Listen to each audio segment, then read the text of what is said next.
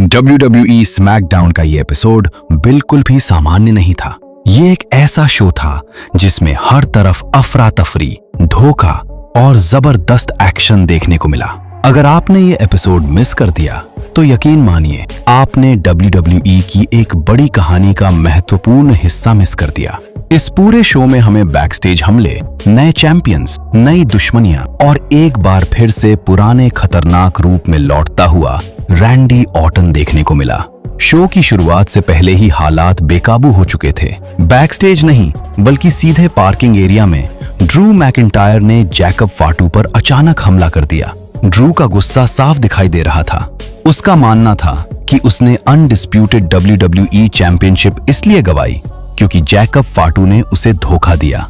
लेकिन जैकब फाटू कोई ऐसा रेसलर नहीं है जो चुपचाप मार खा जाए। वो तुरंत उठा और उसने ड्रू पर जोरदार पलटवार किया।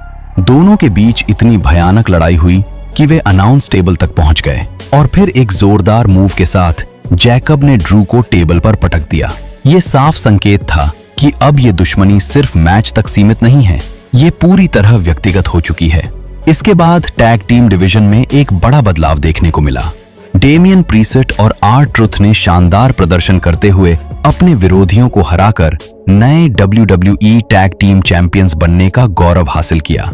ये जीत कई लोगों के लिए चौंकाने वाली थी क्योंकि अक्सर R-Truth को एक मजाकिया किरदार के रूप में देखा जाता है, लेकिन आज उन्होंने साबित कर दिया कि जब जरूरत पड़ती है तो वे गंभीर और खतरनाक भी हो सकते हैं। डेमियन प्रीस्ट की ताकत और ट्रुथ की अनोखी शैली ने मिलकर एक मजबूत टीम बना दी है। बैकस्टेज एक अजीब लेकिन दिलचस्प पल भी देखने को मिला।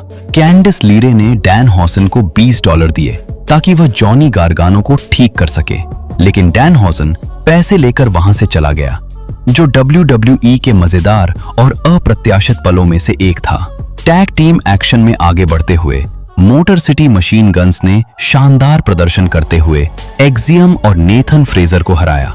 ये मैच तेज रफ्तार और तकनीकी कौशल से भरा हुआ था, जिसने दर्शकों को खूब रोमांचित किया। अब बात करते हैं उस पल की जिसने पूरे शो को एक अलग दिशा दे दी। रैंडी ऑर्टन रिंग में आए और उन्होंने अपने पिछले हमले के बारे में खुलकर बात की। उन्होंने स्वीकार किया कि उन्होंने कोडी रोड्स पर हमला किया और इसका कारण था उनके दिमाग में चल रही आवाजें। ये सुनकर साफ हो गया कि रैंडी ऑर्टन एक बार फिर अपने खतरनाक और अनियंत्रित रूप में लौट आए हैं। उन्होंने ये भी कहा कि जब वे रिटायर होंगे तो उनकी पहचान सिर्फ उनके द्वारा जीते गए चैंपियनशिप टाइटल से होगी और उन्होंने रेसलमेनिया 42 में अपना 15वां वर्ल्ड टाइटल जीतने की कसम खाई। ये एक बहुत बड़ा ऐलान था जिसने आने वाले समय के लिए उत्सुकता और बढ़ा दी। इसके बाद रिंग में एलिस्टर ब्लैक ने सैमी ज़ेन को हराया। ये मुकाबला बेहद आक्रामक और रणनीतिक था, जिसमें एलिस्टर ब्लैक ने अपना दबदबा साफ दिखाया। महिला डिवीजन में भी एक बड़ा ट्विस्ट देखने को मिला। मिचिन और बी-फैब ने अपना रुख बदलते हुए हील टर्न लिया और जेड कारगिल के साथ हाथ मिला लिया। इसके बाद तीनों ने मिलकर रिया रिप्ली पर हमला कर दिया।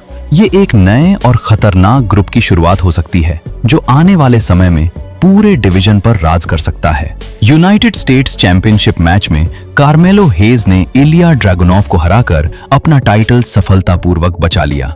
ये मुकाबला तकनीकी रूप से बेहद मजबूत और जोशीला था। एक अलग तरह का सेगमेंट भी देखने को मिला जिसमें जेली रोल और किट विल्सन आमने सामने आए। शुरुआत में ये एक मजेदार सेगमेंट था, लेकिन बाद में ये हिंसक हो गया जब किट विल्सन ने अचानक हमला कर दिया और जेली रोल को नीचे गिरा दिया। महिला टैग टीम चैंपियनशिप मैच में द बेला ट्विंस और इररेजिस्टिबल फोर्सेस के बीच मुकाबला हुआ, लेकिन ये मैच डिस्क्वालिफिकेशन के साथ खत्म हो गया। शार्लेट फ्लेयर और एलेक्सा ब्लिस के दखल देने के बाद रिंग में अफरा तफरी मच गई और तीनों टीमें आपस में भिड़ गईं। अंत में नाया जैक्स और लैश लेजेंड रिंग में सबसे मजबूत स्थिति में नजर आईं। रैंडी ऑर्टन ने एक और चौंकाने वाला पल दिया जब उन्होंने मैट कार्डोना से माफी मांगने का नाटक किया और फिर अचानक उस पर हमला कर दिया। ये साफ दिखा रहा था कि द वाइपर पूरी तरह वापस आ चुका है। शो के अंत में फिर से पार्किंग एरिया में ड्रू मैकिंटायर और जैकब फाटू के बीच लड़ाई शुरू हो गई। इस बार दोनों ने सारी हदें पार कर दी और आखिर में दोनों एक दूसरे